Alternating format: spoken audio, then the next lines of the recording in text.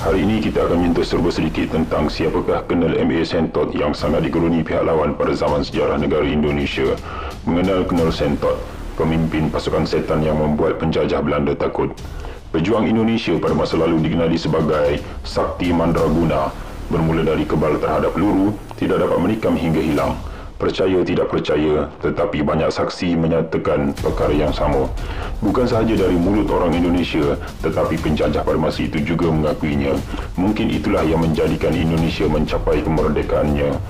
Baiklah, seperti tokoh wira yang satu ini, M.A. Sentot juga terkenal memiliki kekuatan gaib mandraguna, bahkan membuat Belanda panik.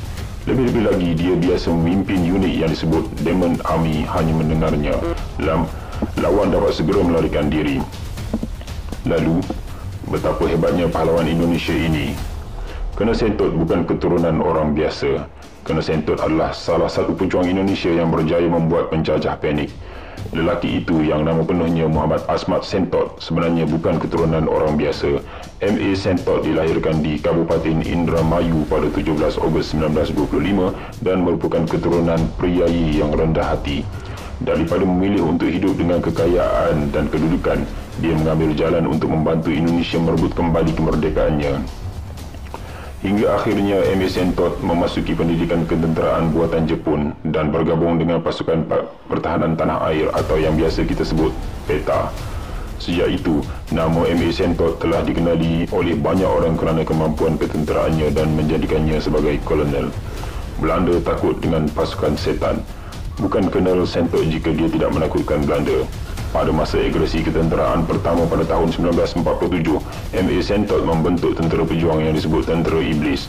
Uniknya, walaupun mereka tetap menjadi pasukan hebat pada masa itu, senjata yang digunakan ternyata menjadi barang rampasan dari Jepun dan Belanda pada masa lalu. Walaupun begitu, tentera pasukan setan ini berjaya membuat Belanda yang berusaha menguasai Indonesia lagi pada waktu itu menjadi bingung. Belanda malah melemparkan bom tangan ke rumah penduduk kerana mereka tidak tahu bagaimana lagi untuk menang melawan strategi Satanic Forces atau pasukan setan. Akhirnya, sebagai simbol penghormatan, sebuah prasasti khas dibina untuk menghormati para pejuang pada waktu itu. Bukan sahaja Belanda tetapi juga pemisahan Darul Islam atau Tentera Islam Indonesia yang takut akan pasukan setan. Ternyata bukan hanya Belanda harus merasakan kepahitan dalam menangani pejuang yang satu ini, tetapi juga pemberontak Indonesia. Tepat pada tahun 1949, pemberontakan Darul Islam atau Tentera Islam Indonesia meletus di negara ini. Ketika mereka memasuki Jawa Barat, pasukan Iblis disambut oleh serangan pemberontak tanah air. Akibatnya, pertempuran panas tidak dapat dielakkan. Banyak mangsa jatuh dari kedua-dua belah pihak. Sehingga tahun 1962, pemimpin DI atau TII, Kartosoewirjo, ditangkap dan secara automatik menghentikan pemberontakan serupa di tanah air pada masa itu. Tidak dapat dinafikan bahawa M.A. Sentot juga berperanan dalam membasmi benih pemberontak. Beliau dikenali kebal terhadap peluru oleh anak buahnya. Satu lagi perkara yang unik mengenai tokoh M.A. Sentot ini adalah kisah mengenai kekebalan peluru. Dilaporkan dari halaman Viva Kaswinah. Salah seorang anak Sentot mengakui bahawa ketika dia menghancurkan TII, dia melihat bahawa komandannya tidak dapat ditembak. Ketika orang-orangnya yang lain berbaring, Sentot dengan santai berdiri dan terus menembak musuh. Tidak hanya kebal dari peluru jarak jauh, tetapi juga dari jarak dekat. Sambil membalas, M.A. Sentot terus mengkoordinasikan pasukannya seperti jurulatih bola sepak. Itulah yang mengejutkan pasukan Sentot, tetapi juga menghormati komandan. Pada 6 Oktober 2001, akhirnya M.A. Sentot meninggal dunia setelah melewati usia tuanya.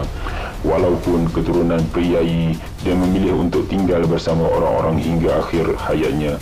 Jasanya tidak akan pernah diganti walaupun sekarang. Demikianlah tadi serba sedikit latar belakang mengenai Kolonel M.A. Sentot, pemimpin pasukan setan yang tercatat dalam sejarah negara Indonesia. Sekian, terima kasih.